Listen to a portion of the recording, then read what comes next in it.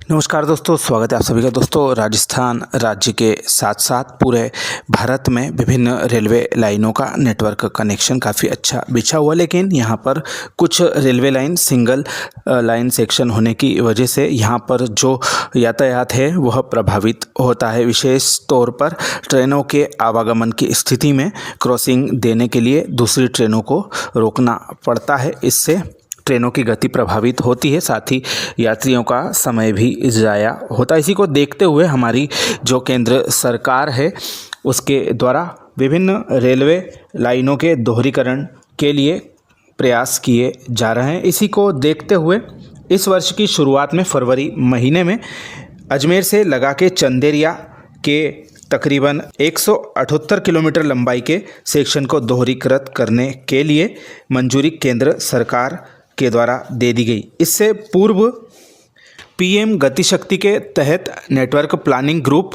की 45वें बैठक में इस परियोजना को पिछले वर्ष मार्च में मंजूरी दे दी गई थी, लेकिन केंद्र सरकार के द्वारा अनुमोदन इसका हाल ही में किया गया। जैसा कि आप सभी जानते हैं 178.28 किलोमीटर की यह परियोजना है।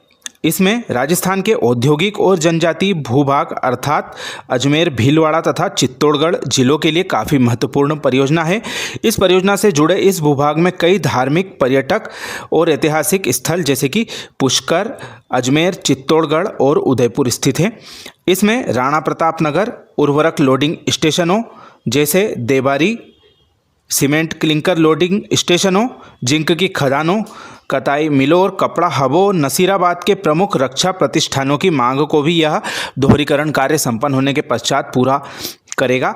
आने वाले समय में यह परियोजना पूरी होने पर यात्रियों के समय में करीब 19% का सुधार लाएगी वर्तमान समय से तुलना करने पर। वहीं यात्रा के समय में लगभग 40-45 मिनट की बचत भी करेगी। साथ ही मल्टी मॉडल कनेक्टिविटी भी उपलब्ध कराएगी और क्षेत्र में लॉजिस्टिक दक्षता को बढ़ाएगी। इसलिए यह परियोजना काफ़ी महत्वपूर्ण हो जाती है। इसको इस वर्ष 105 करोड़ रुपए का बजट आवंटन हुआ है।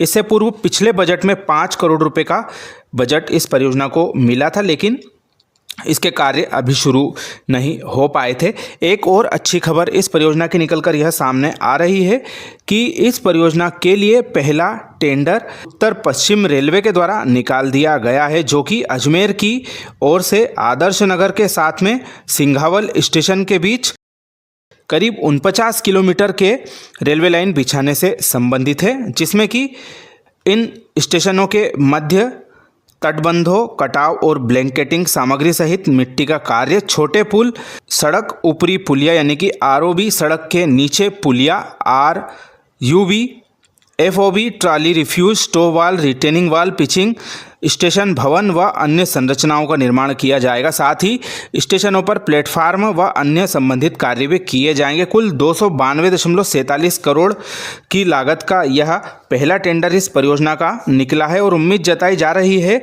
कि इस परियोजना को कुल 3 चरणों में पूरा किया जा सकता है और यदि सब कुछ ठीक रहा तो चंदेरिया की तरफ से भी अगला टेंडर निकल सकता है। दोनों तरफ से यदि इस परियोजना के टेंडर निकलेंगे तो काफ़ी अच्छा रहेगा, क्योंकि कार्य दोनों तरफ से होता रहेगा तो ज़्यादा परेशानी पूरा करने में नहीं आएगी। कुल 1860 करोड़ रुपए की यह परियोजना है, जिसका कि रेट ऑफ रिटर्न भी काफ़ी अच्छा 11.91% के आसपास निकलकर सामने आया था। साथ ही इस परियोजना का जो पहले हिस्से के लिए टेंडर निकले हैं, इसमें आदर्श नगर से सिंघावल के जो सेक्शन में कुल 7 स्टेशन आते हैं। आदर्श नगर सिंघावल को जोड़ दे तो कुल 9 स्टेशन हो जाते हैं।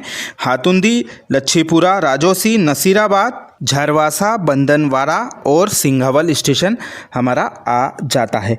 इस सेक्शन में यह स्टेशन जो है इन पर नए प्लेटफार्म बनाए जाएंगे। साथ ही यहाँ पर जो कार्य किए जाने हैं उसकी थोड़ी सी जानकारी आप सभी को दे देते हैं।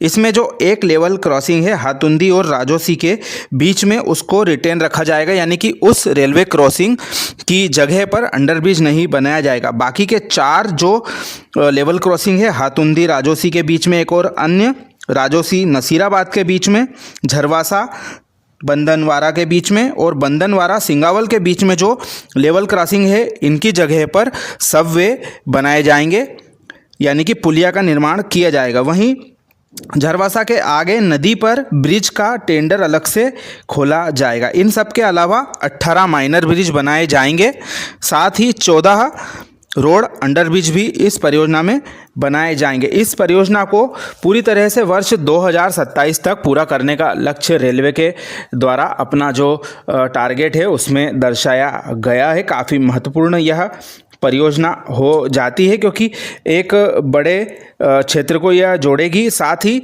जो अन्य गतिविधियां इससे पूरे क्षेत्र में संचालित होती है उसको भी काफ़ी फ़ायदा मिलेगा। तो इसी को देखते हुए रेलवे के द्वारा इसका पहला टेंडर निकाल दिया गया है और उम्मीद जताई जा रही है आगामी 2 हिस्सों में और इस परियोजना को पूरा किया जा सकता है, तब यह वर्ष 2027 तक आकार लेती हुई नज़र आएगी। और भी जो इस परियोजना को बजट है आगामी वर्षों में प्राप्त हो सकता है क्योंकि 1860 करोड़ रुपए की यह परियोजना है और अभी केवल 110 करोड़ रुपए ही इस परियोजना को आवंटित हुए हैं। तो उसी स्थिति में और बजट की प्राप्ति होना आने वाले वर्षों पे कार्य पर निर्भर करता है। तो यह इस परियोजना की जानकारी थी। और भी इसी तरह की जानकारी पाते रहने के लिए हमारे चैनल को सब्सक्राइब करना ना भूलें। वीडियो पसंद आया तो अपने मित्रों के साथ शेयर ज़रूर करें। आप सभी का धन्यवाद।